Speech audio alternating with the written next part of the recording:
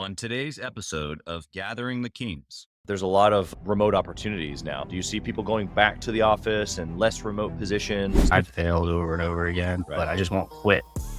And you can't fail if you don't quit. We're crushing it, to be point blank. The journey of job stacking is not meant to be brutal. It's not meant to be here's 4 years where you're going to absolutely suffer. Job stacking is a way to be secure and have that consistent income while working towards better life. What's up, everybody? I'm Chaz Wolf, Gathering the Kings podcast, coming back to you here today with another king on the stage, my brother, Zach Wade. How we doing this morning? Doing good. Excited to be here. It's Monday morning, fresh. I always think another level of the guys or gals that book their podcast 8 a.m. Monday morning. But here we are. We're ready to rock and roll. First thing, it's 9 o'clock, I guess, your time, but Yep, we're ready to roll Monday morning. absolutely. Zach, tell us what kind of business that you got, my man. We position ourselves as a marketing agency. We actually work strictly B2C with marketing professionals, and we teach them how to essentially job stack, bring back financial security and consistency into their income and ultimately reach the goals that they've set out for themselves, both personal and professionally. Okay. So you're working with individuals who want to make more money, and you've got a specified method that you call job stacking on how to do that, right? Hit the nail on the head there. I want to know why. What wakes you up every day? What's really down deep in Zach? You've obviously got a level of success. My team wouldn't let you on the show if you hadn't. So why are you still after it? More people need to know about what we got going on. Digital marketing, internet, it's global now. And so that means we can reach almost 8 billion people. I need them to know about what we got going on because it's truly changing lives and putting people in better situations. And that's important. I've done the whole, I'm going to do it for myself, and it's not all that great. And I've done the whole, do it for others, and it is all that great. With a few businesses that I've started in the past, it was all about the money. And with the independent partnership program, which is a program where we teach you how to job stack, it was like the opposite. It was just like, hey, we have this really awesome thing and we need people to know about it. And we want to help people do it. I assume that you're getting incredible results of people going, oh my gosh, thank you for teaching me how to do this. And we're going to get to what you teach here in a second, but you're getting results clearly. Yeah, absolutely. We're crushing it, to be point blank.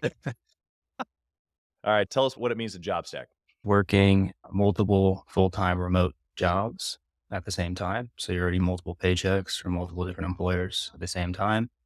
We introduce a little bit of an element that we consider to be special in our offer, which is outsourcing, leveraging our marketing team so that you're able to stack even more jobs and scale your income as much as you can. Yeah, love that. And so tell me the difference between someone job stacking and or them being an agency themselves, really, and just helping multiple clients. Is that in essence what this is? I think if you had multiple clients, Right. the difference is these are W-2, full-time, direct for employer, right? You're working within different businesses for these employers in a variety of industries where you're showing up to team meetings and you're collaborating with coworkers. Right. And you're hitting a paycheck. You don't have them on retainer, things like Right. that. Yeah. Okay. And so the skill set that these folks have learned in whatever varying industry that they're in, what you're then showing them how to do is leverage that skill set across multiple clients, or in this case, where it's just a W-2 employer. So same kind of format, though, it's just a little bit different pay structure. Am I understanding correctly? Yeah, absolutely. We always recommend to stick with the skill set that you have because at the end of the day, the job hunt, if you will, is not easy. And interviewing is something that you got to go through. And, you're speaking to the skill set that you're best at, you're going to convey that best. There's a lot of remote opportunities now, especially since COVID. And so I'm sure your business has ridden that wave quite a bit. Do you see the industry changing at all? Do you see people going back to the office and less remote positions? Is there any sort of a trend in that direction? There definitely is. I just don't think it's in our industry. Maybe more so the older generations are leaning that way, but the newcomers, the AI companies, the Web3 companies, they are fully remote. You're saying, generally speaking, in marketing, there's a certain way of thinking. And I would ascribe myself to that thinking. Like, why would I go to the office if I don't have to? My team members are all remote. I'm recording right now from my studio here in my house. What is this? Like, why is certain companies maybe stuck Or is it forward thinking? Is it just new? What's the major difference here that you see that people are willing to stay in the remote lane, or maybe certain industries that you're seeing? Why are they prone to that? If you can still have the culture and the same productivity, the same level of alignment that you have in the office, I think for a lot of people, remote work is just easier to balance, especially with a family, especially with kids. I know employers, at least the smart ones, want to give and provide their employees with that lifestyle where they can have that work-life balance. I have to sit in 3 hours of traffic every day. Yeah, depending upon what what city that you're in. That sounds Exactly. terrible. I don't You know, drive anywhere. In fact, I was just talking to a buddy of mine the other day how we were talking about the usage of the car and how it's just for a remote worker. We still drive a few places here and there, but it just dramatically changes everything if I don't have to go to an office every day. I think that there's a fine line between 80 years of remote work Yeah. and just looking at your laptop, your green camera, instead of associating with humans around you, you know? Yeah. Do you think that the end goal for your client is to job stack forever for 80 years, like you said? Or is it more of a like short period of time unto something different? What's the ultimate goal for your folks? Yeah. So we always like to say job stacking is the short term strategy in order to reach the end goal, right? So you're job stacking to get to where, not necessarily where you really want to be, but where your ultimate goals are, right? Whether that's starting a business, scaling up the side hustle you've been working on, traveling, retiring, starting a family, things like that. Yeah.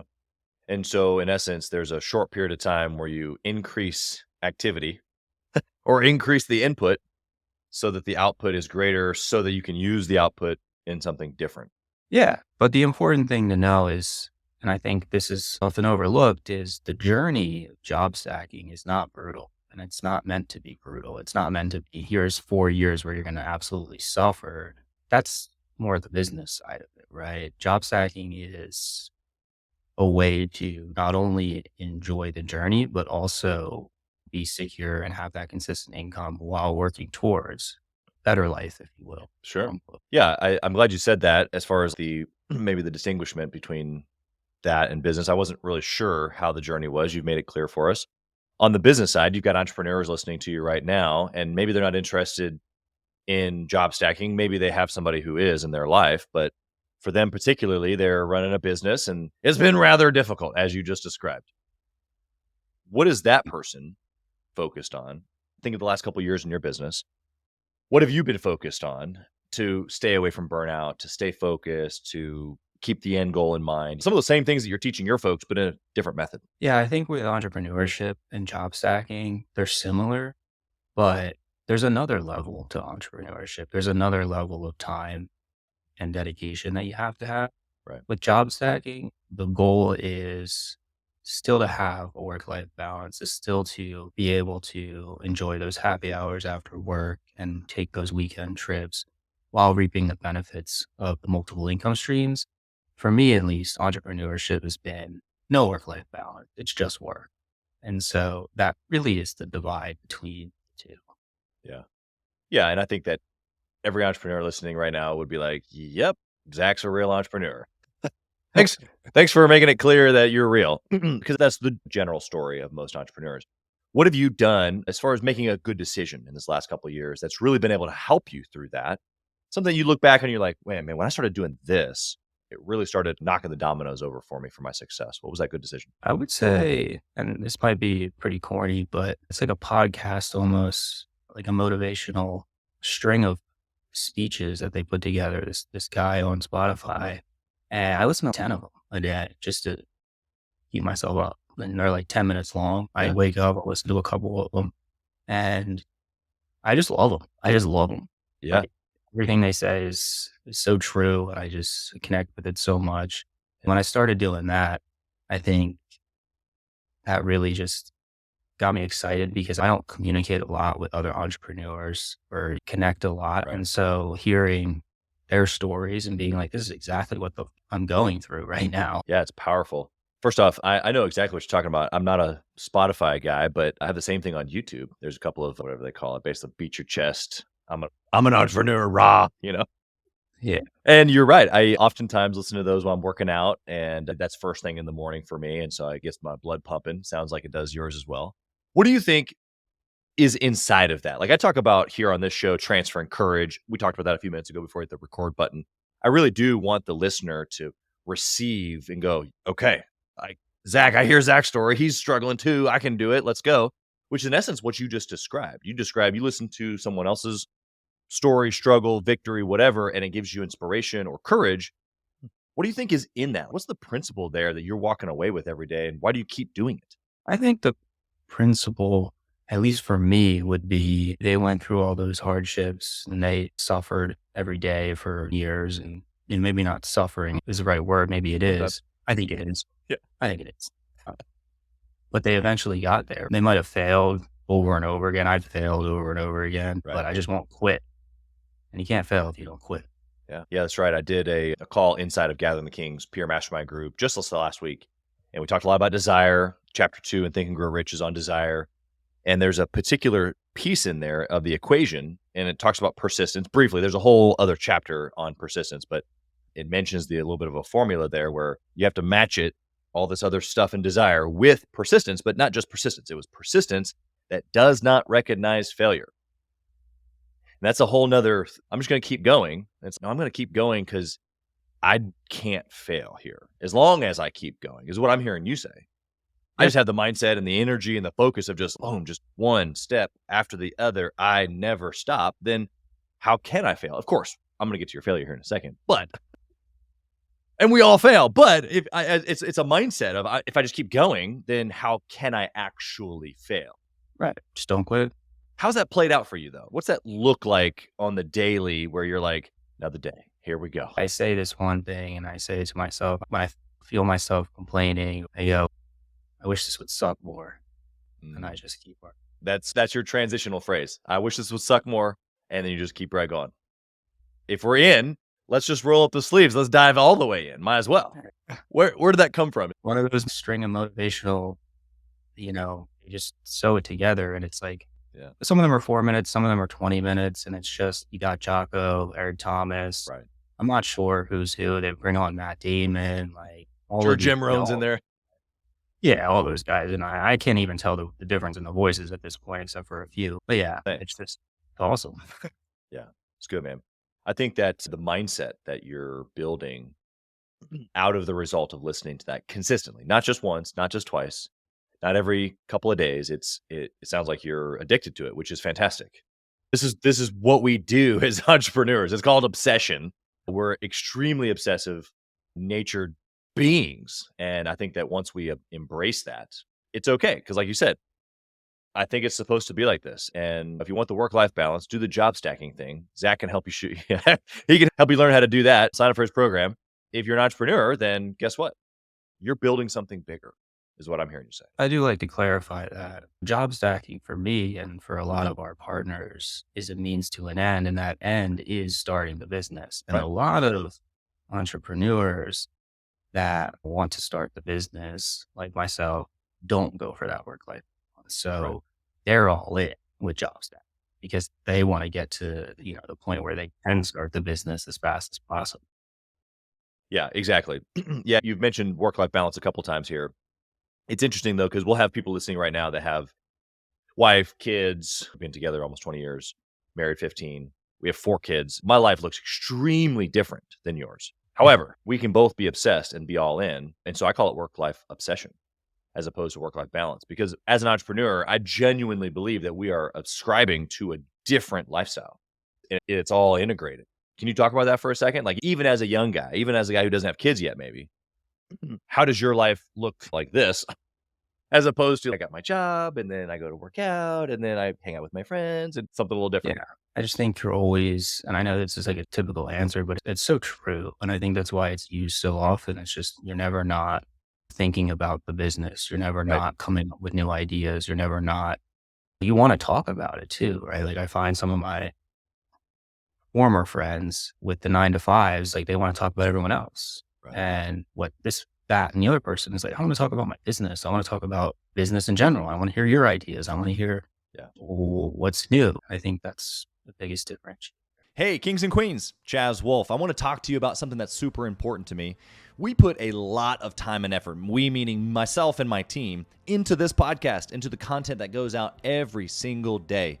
And if you have been getting any sort of value or insight from this, we want it to be able to reach other business owners too. So we would love if you would like, comment, share, leave a review, post, share again, all of the things on social media, on all the different platforms, or even on the podcast mediums of Apple and Spotify. We would love to be able to get our content into more hands, more entrepreneurs, so they can grow their business as quick as possible. Together, we are building a community of like-minded entrepreneurs who are committed to growing their businesses to new heights. So let's do this. Let's help each other. Let's help each other grow. Yeah, as I've built Gathering the Kings Mastermind Group, yes, we've built a podcast and it's incredible and we help a lot of entrepreneurs. But on the peer-to-peer mastermind side, probably one of the biggest aha moments for me was that as I was putting extremely great people in the room, people in different industries, successful business owners, ones that are authentic and real and love what they do and they want to help other people, everything that you've shared. They're doing it for other reasons other than just making money. It's more about legacy or future impact or whatever, right? All the commonalities that we've already discussed today.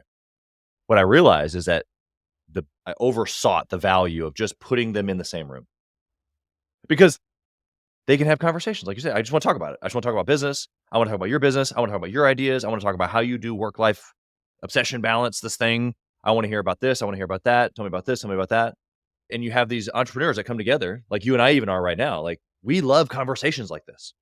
Yeah.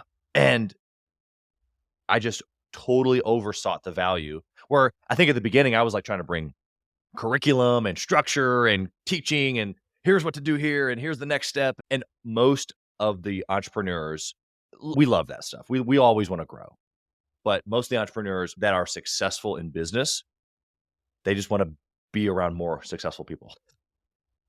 And that's like the majority of it. It's just like, hey, let's just get together and do this thing right here, which is why I've really loved the podcast. We've done almost 450 episodes like this. And I love every single one of them. People ask me, how do you keep going, man? Dude, I get to talk with guys like Zach about business and it freaking fuels me. I schedule them at 8 a.m. on Monday because the rest of my day is going to be jacked because of this conversation right here. You know what I mean? Yeah. An analogy could be grabbing a beer with your buddy.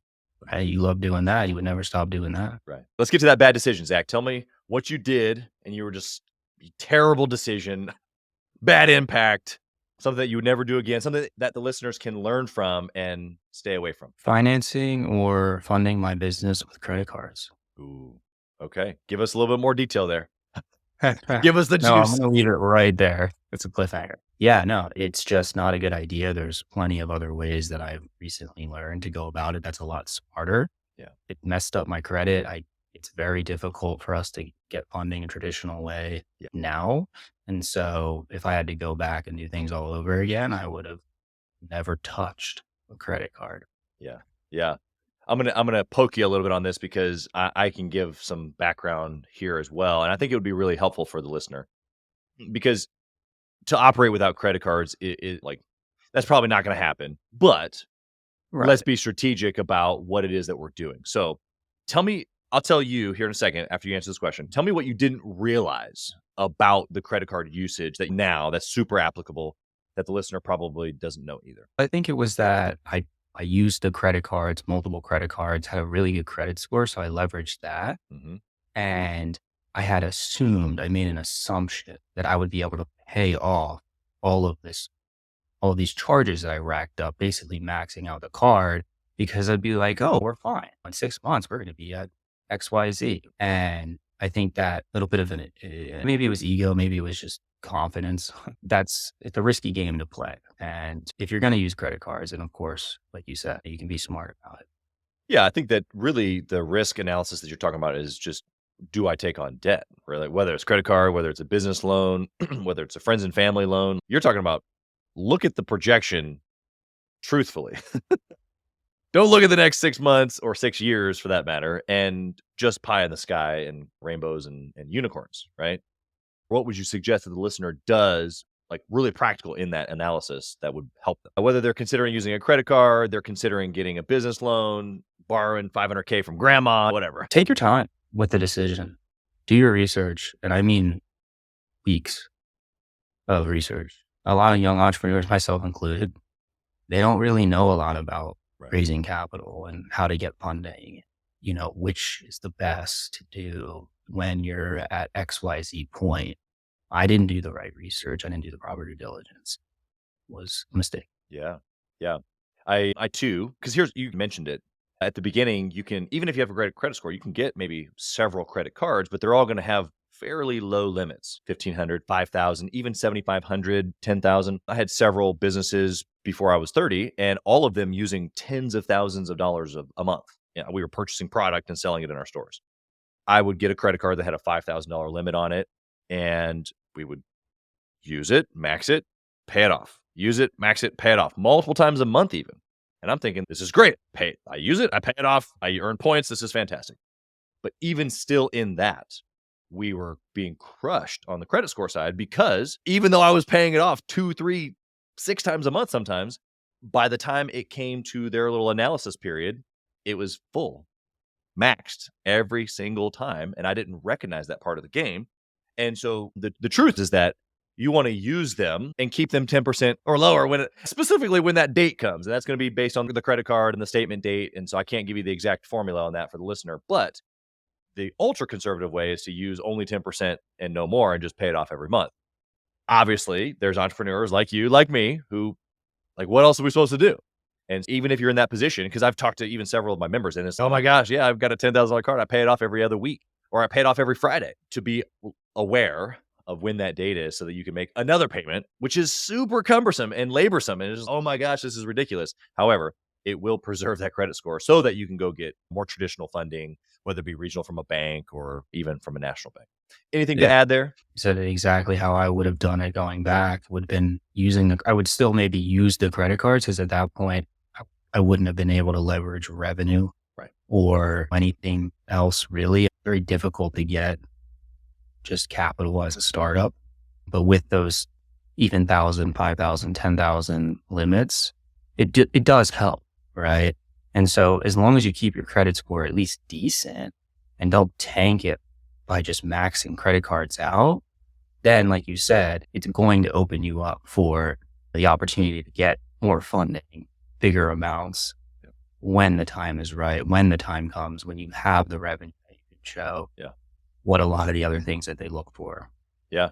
One other thing I'll say, I'm curious to hear your thoughts on this. I've always subscribed to the thought of get funding while you can, not when you need it. Because when you need it, oftentimes it's like, oh, there's a thing here in the math equation that doesn't work. And it's usually when you don't need it, when everything looks perfect. Would you agree? Yeah, I would absolutely agree. It's very difficult to get funding when you have nothing to show in the bank account. Right. Yeah. Yeah, that's an interesting concept. I'm going to ask for funding because I need it, but you don't want to give it to me because I need it desperately. Right. Isn't that everything in life? Yeah. But because I have plenty, you feel comfortable giving me more. If you are fortunate enough to build a relationship with a good funding partner, to keep that relationship, because as that develops, they'll continue to do a lot of things for you, a lot of favors, and give better rates and things like that. You don't have to shop around and all of that. Yeah, there's leverage in the relationship, right? Before you're a number, then eventually you become a relationship.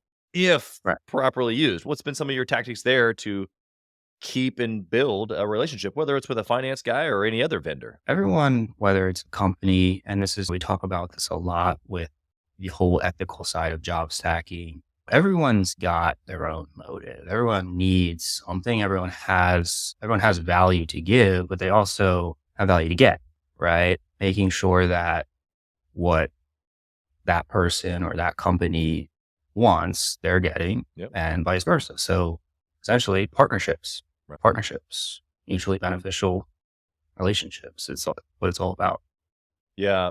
I'm hearing you say inside of the relationship, whether it's you and your financial guy, whether it's you and a vendor, whether it's if I'm learning how to job stack and I'm wondering, is this ethical to have multiple jobs at once? Really what I'm hearing you say is as long as the boxes of what they need and what I need are both being checked, then why wouldn't it be? right? Why wouldn't this be mutually benefiting as long as both parties are getting benefit? And specifically in the job stacking world, it's okay, if I'm checking all the boxes of the job description, and because in the laws of success, Napoleon Hill talks about doing the things that we do plus one or doing extra things. You always do more than what you're paid for. And that's just a success principle. If you're doing all of those things, are they going to care? Are they even going to ask if you're a top performer? Nope, absolutely not. They're going to want more of you. In fact, they're going to be shocked that you have another job. How do you do all this? Teach everybody else, right? Like you just made yourself so valuable to them by just producing the things that they want. Am I hearing you right? Yep, absolutely. Creating win-wins. That's good, man. All right. Let's talk about the ability that you've had in a short amount of time to have an online business, be successful. You've already said that obsession is like your thing. You're all in on business. How do you see in the future being able to do family at the same time? Give us a little bit of projection from your perspective. Yeah, that's definitely something. I'll be honest. I'm not, as a young entrepreneur myself, at the point where I haven't necessarily moved out of the day-to-day of the business. I'm still learning about how to do that. And so I'm excited to be able to get to that point. But for right now, I don't want to be out of it. I love it. Yeah. Yeah. But I know there's going to be a time where speaking from a personal experience recently, I just got out of a relationship because I was doing the business over the relationship, and that was fine. Yeah. And you're right. I think there's seasons for that. I also think that there's alignment too. You're talking about a relationship, whether it be family, wife, whatever, they're going to have to understand. Yeah, absolutely. And just like across your company with your family and friends, alignment is so important. It's critical. Yeah. How do you help? This is like a double-edged question here, but we're talking about alignment. I'm asking, how do you create alignment? But give us through the language of you teaching your folks in your program how to job stack. There's got to be major alignment there that you're showing them how to give to each one of their employees, right? There's a major connection there. We've just got done talking about it, that where they need to show up well at all of these places. And so that's alignment. How are you helping them do that, which inevitably is going to tell me how you do it? I think quality checking with just what's going on in there on a weekly basis. So not only are we making sure that we're aligned with partners, but we're also making sure that what they're doing is what they're supposed to be, to put it bluntly. And we do that by just consistent communication, meeting with them every week, making sure that they have everything they need. They have direct access to a whole team that can support them. Because at the end of the day, you could have a course and you could have coaching videos and sessions, but a lot of people they like to communicate, right? They don't want to sit down and watch an hour long X, Y, and Z. They want to learn from someone else, right? They want to go to those meetings, those check-in meetings, and get the inside scoop from whatever it is or however it works. Yeah, that's good. It's interesting that would be the answer coming from a remote guy, but I think it's actually really great that the irony there isn't actual irony. It's just recognition that you can do a lot of things remote, but the value of the other side doesn't go away. In fact, it actually heightens. I would 100% agree. Also, too, probably for your students, as well as really just any entrepreneur who is working remote, the value of that then in person is a super easy differentiator or a way to be able to make themselves stand out, whether, again, they're going to the meetings and other people aren't, or they're able to help in the meetings or lead the meetings or just add value or whatever that looks like in the in-person, because the in-persons are so much more, impactful in those scenarios. Yeah, I would agree with that. And it's probably something to do with, I'm a science guy, but it definitely has a bigger impact on your memory. Just be able to retain that experience or knowledge when you do have those conversations versus in the dark room and note taking on a video. Yeah, it's powerful. I got one last question here for you, Zach, as we wrap up. I want to know, this is interesting, I know, because you're a young guy, but if you could roll back the clock and talk to the younger Zach, just tap him on the shoulder, whisper in his ear, what do you tell him? Not saying that lifting weights in the gym and working out isn't important, but I would have spent more time building my muscle in my mind. How would you have suggested that the younger Zach do that? Putting myself in more uncomfortable situations. I definitely used to avoid them. And if you're an entrepreneur right now or striving to be an entrepreneur and you're not putting yourself in uncomfortable situations, you better get used to being uncomfortable. Yeah. It's a cliche, really. Like, you have to be comfortable with the uncomfortable. Change is the only thing that is constant. Like, These are the cliches. I had a guy, I've mentioned this so many times. I had a guy on the show probably a year ago, and he's, look, man, I'm just trying to execute on the cliches. I like that. You want to talk about, okay, if it's cliche and it tickles your ear, just write it down and do it, man. Don't just hear it, do it. Yep. And that's what I'm hearing you say, especially with the stuff from the morning that you're listening to on Spotify, the things that you're doing, even doing with your own clients. Like, I'm hearing you just do the things that are valuable now, at least. Maybe the younger Zach didn't know, but that's how. Yeah, absolutely. I got the word execute written right on my laptop screen. I look at it every day because it doesn't matter about your ideas or what you want to do. No one ideas are dime a dozen. Yeah. You got to execute. Yeah. Time to go, baby. Zach, how can the listener find you? Number one, if they themselves or they know somebody who needs to job stack for a while, they need to understand what this is a little bit more. They're curious. They want to find you, maybe even potentially work with you. How can they find you? Or if they're an entrepreneur, they just want to pick your brain a little bit more on how you've become a little bit more of a strong-minded entrepreneur. How can they find you? Yeah. They want to get into job stacking. They can go to the website, justwademarketing.co. They can reach out to me directly. In terms of social media, we're really pushing on our social media. It's something that we've definitely, I think, lacked. It's funny that we're an agency and we lack on our social media, but the focus has just been on acquisition and fulfillment that sometimes you leave out. You leave out the social aspect of it. But social media channels are a great way to engage with not only myself, but also just our team. And we have a great internship program right now, and they love to communicate with everyone that's looking or interested in the movement. Yeah, I love it. I love that you call it a movement. I feel similar with some of the work that we're doing, and it's really purposeful when you can feel that way. Thanks for being here, man. I appreciate your insight. Your calm demeanor has brought some great answers and clarity, hopefully, to listeners here today, and appreciate you being here, man. Talk soon. Absolutely. Appreciate you having me. Thank you for listening to Gathering the Kings today. I hope that you were able to pull out a few nuggets to go apply into your business right away.